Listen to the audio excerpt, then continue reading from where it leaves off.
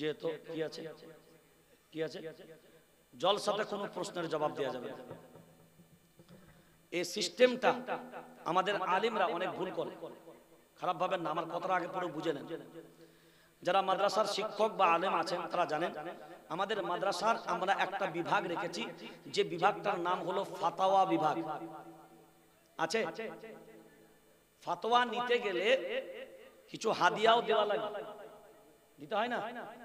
এখন যদি আমরা হলাম, এই মঞ্চটা হলো ওয়াজের মঞ্চ। কিসের মঞ্চ?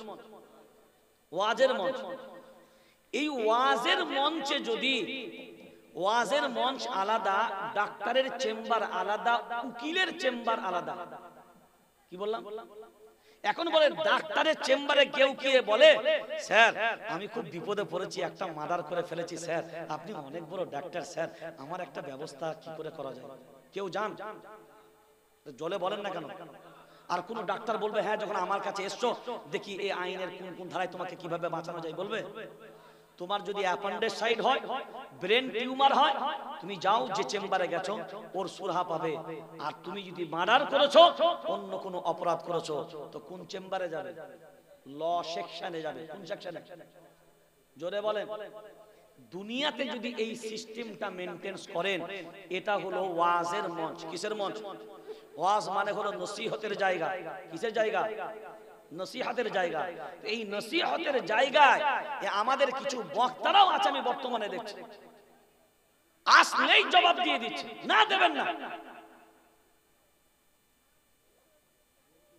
আমাদের মাদ্রাসার যে ফাতোয়া বিভাগগুলো, এগুলো বন্ধ হয়ে যাবে। কথা বলেন। এইগুলোকে জাগিয়ে রাখার দায়িত্ব আমাদের নয়।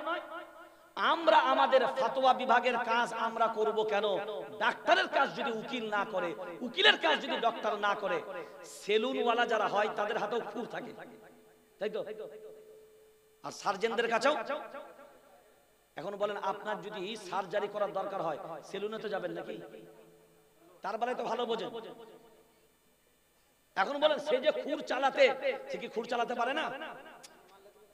খুর চালাতে পারে না? খুর চালাতে পারে, কিন্তু বেটা তুমি যার জন্য খুর চালাতে গেছো ওই জায়গায় চালাতে গেলে সব গুনাহ হবে।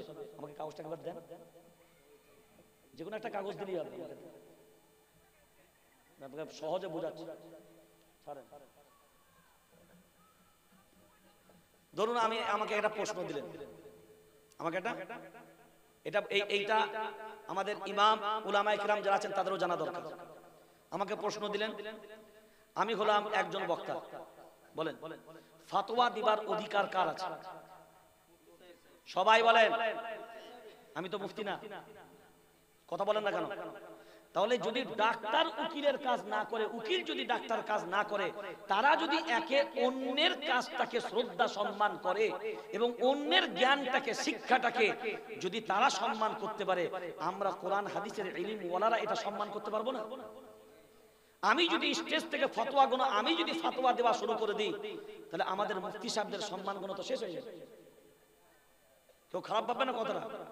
ওই জন্য আমাকে দেখবেন, আমি কোন জলসায় আমাকে কেউ দিলে, এবার ফতোয়ার একটা সিস্টেম হলো, এটা এই জন্যই বলছি আপনাকে, আপনি লিখিত ফতোয়া দেবেন, যখন জবাব দেওয়া হবে তখন কিতাবের হাওয়ালা দিতে হবে।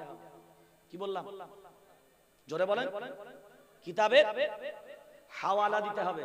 এখন বলেন আমি কি কিতাব নিয়ে বসে আছি? আর সিস্টেম হলো আপনি দেওয়ার সাথে সাথে জবাব নয়, তিনি পড়বেন, বিবেচনা করবেন, করার পরে কিতাবগুলো দেখবেন, দেখার প্রতি আমি ঠিক আছে ইনশাআল্লাহ আমি দেখে শুনে আপনার জবাব লিখে দেব। এটা হলো ফতোয়া জানা এবং সঠিক উত্তর দেওয়া। এতে করে যিনি জবাবটা নেবেন তিনি সঠিক পেলেন। আমরা আমাদের প্রত্যেকটা ডিপার্টমেন্টের সম্মান আলাদা রাখলাম। কোরআনের যারা ব্যাখ্যা করে তাদেরকে বলা হয় মুফাসসির, হাদিসের ব্যাখ্যাকারীদেরকে মুহাদ্দিস, আর মাসলা মাসাইলের যারা পণ্ডিত তারা হলো ফাকিহ। ফিকাহ শাস্ত্র আলাদা, হাদিস শাস্ত্র আলাদা, ঠিক বলছি তো? সরফ আলাদা হয়, নাহু আলাদা হয়, সরফ আর নাহু এক না। সেই জন্য প্রত্যেকটা ডিপার্টমেন্ট আলাদা আলাদা।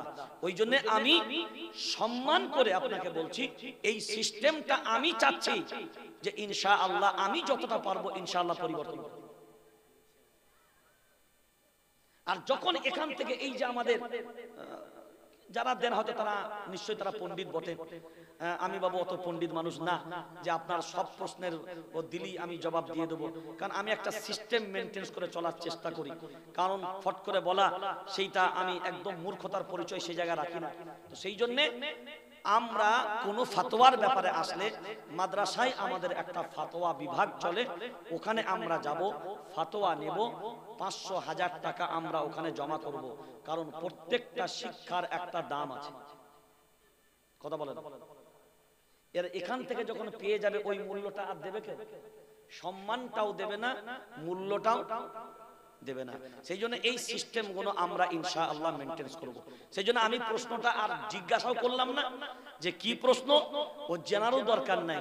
তারপরেও যদি আপনার মনে হয় পার্সোনাল ভাবে যোগাযোগ করবেন, হাউসে এটা আপনার সাথে আলোচনা করব না। দরুদ শরীফ পড়ুন, আল্লাহুম্মা সাল্লি আলা।